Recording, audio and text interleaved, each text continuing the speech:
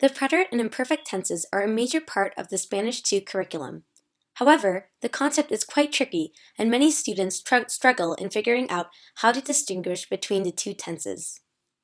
The Imperfect Journey is for students who are in their second year of Spanish and want practice being able to identify if a sentence should be in the preterite or imperfect tense.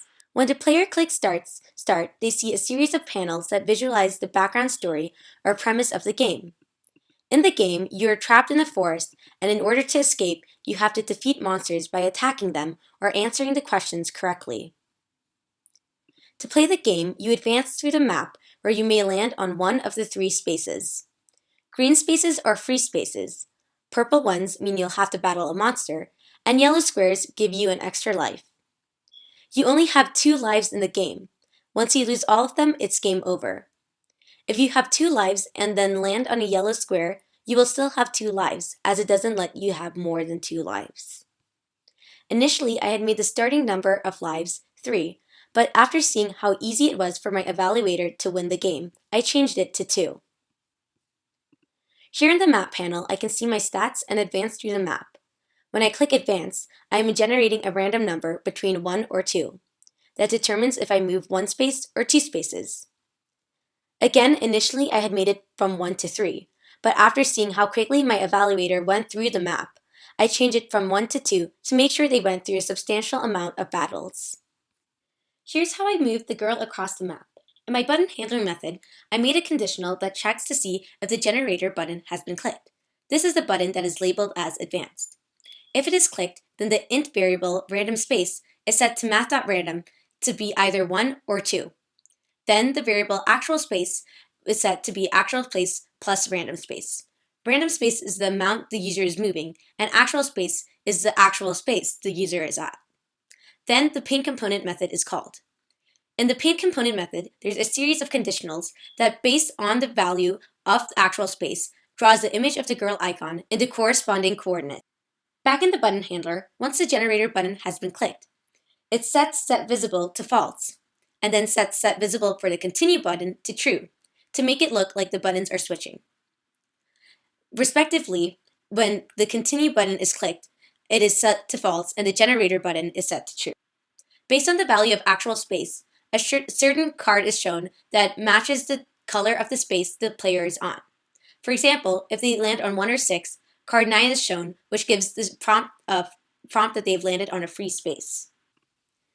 Since I landed on a green space, it's a free space and I continue on. Now, since I'm on the monster battle, I can see my health and the monster's health. I have to get 3 questions right before I get them wrong, in order to kill the monster. Let's say I put imperfect. Since it's correct, I attack the monster and its health decreases. Let's say I put preterite, and it turns out it's wrong. I get a prompt saying why it's wrong and how to figure out the correct answer, which will help me learn more about the preterite and imperfect tenses. Since I got 3 questions wrong before right, the monster kills me. However, since I had a life remaining, I can continue on. I used a text file called journeyanswers.txt to populate my string array called answers. I used a try-catch block to read in the file and used a for loop to set each line as the value of the respective index of the array. Then when the user selects preterite or imperfect, which are 2 radio buttons, and clicks the submit button, I set the string variable input answer equal to preterite or imperfect, depending on the button they choose. If input answer equals the value of the random index of the answers array, then the respective card will show, and vice versa if the 2 values aren't equivalent to each other. Random is a variable that chooses a number from 1 to 30 using math.random, and decides which question should be shown. If I were to land on the life space, my lives would have increased by 1. Let's say I get 3 questions right before I get them wrong. Then I kill the monster, and my monster's kill stat goes up by 1. At this stage, the player will probably assume that they're done with the game. However, there's still one more level, the boss level. This level is harder, as you have to get 3 questions right in a row. If at any point you get a question wrong, it's immediately game over, no matter how many lives you may have had prior to the boss level. Since I got the 3 questions right, I get to attack the boss. and then I win the game. Let's go back and say that we got the question wrong. If so, then we would get attacked and go to the same game over panel we would have gone to if I had lost all my lives in the regular monster battles.